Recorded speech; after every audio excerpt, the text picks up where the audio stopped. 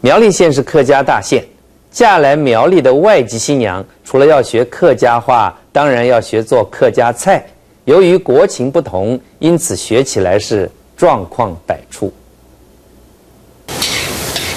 这名来自中国的新娘可能没有做过洋葱炒蛋，做起来是一把鼻涕一把眼泪。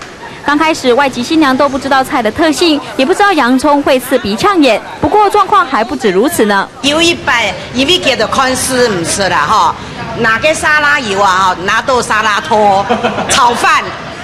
炒饭的时候豆沙拉拖落去，我每个盆炒饭就全部做唔得食嘞。虽然闹了很多笑话，不过2个星期下来，外籍新娘无论在刀法、调味和选择菜色上面，都能掌握客家菜的色香味。我做鱿鱼炒啊，炒鱿鱼啊，还有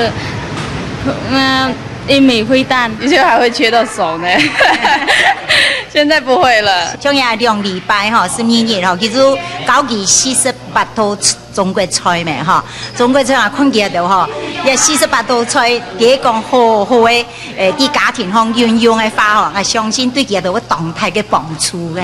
尽管他们做的菜还无法和大厨相比，不过只要有心，相信有一天外籍新娘也会端出道地的客家菜。民视新闻邱俊超苗栗报道。客家诗词念起来不仅感性，而且还充满浓浓家乡味。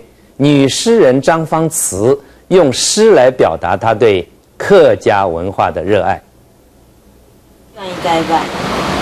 燕燕该三响，大部分的头摆吼东西故乡啦，都写故乡的土地啦，还有童年的生活，还有都係講對客家一個都係講較傳統的一個印象，係物嘅一個表現出來。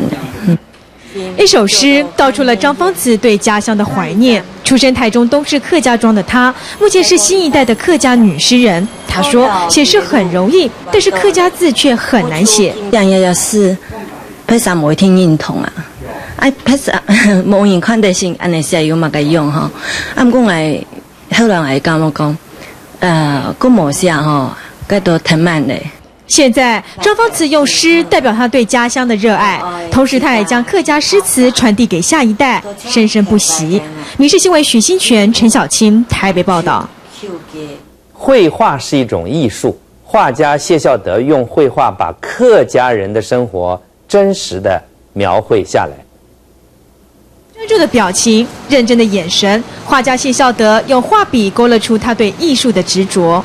尽管都有安样的想象，尽管都想出的画嘛个，最后你手是拿起来就画得出来呀。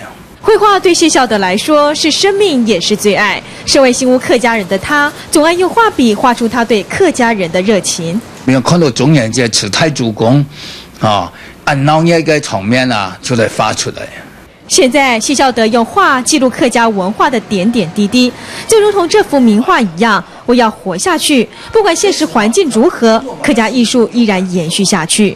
民视新闻许新全、陈小青台北报道。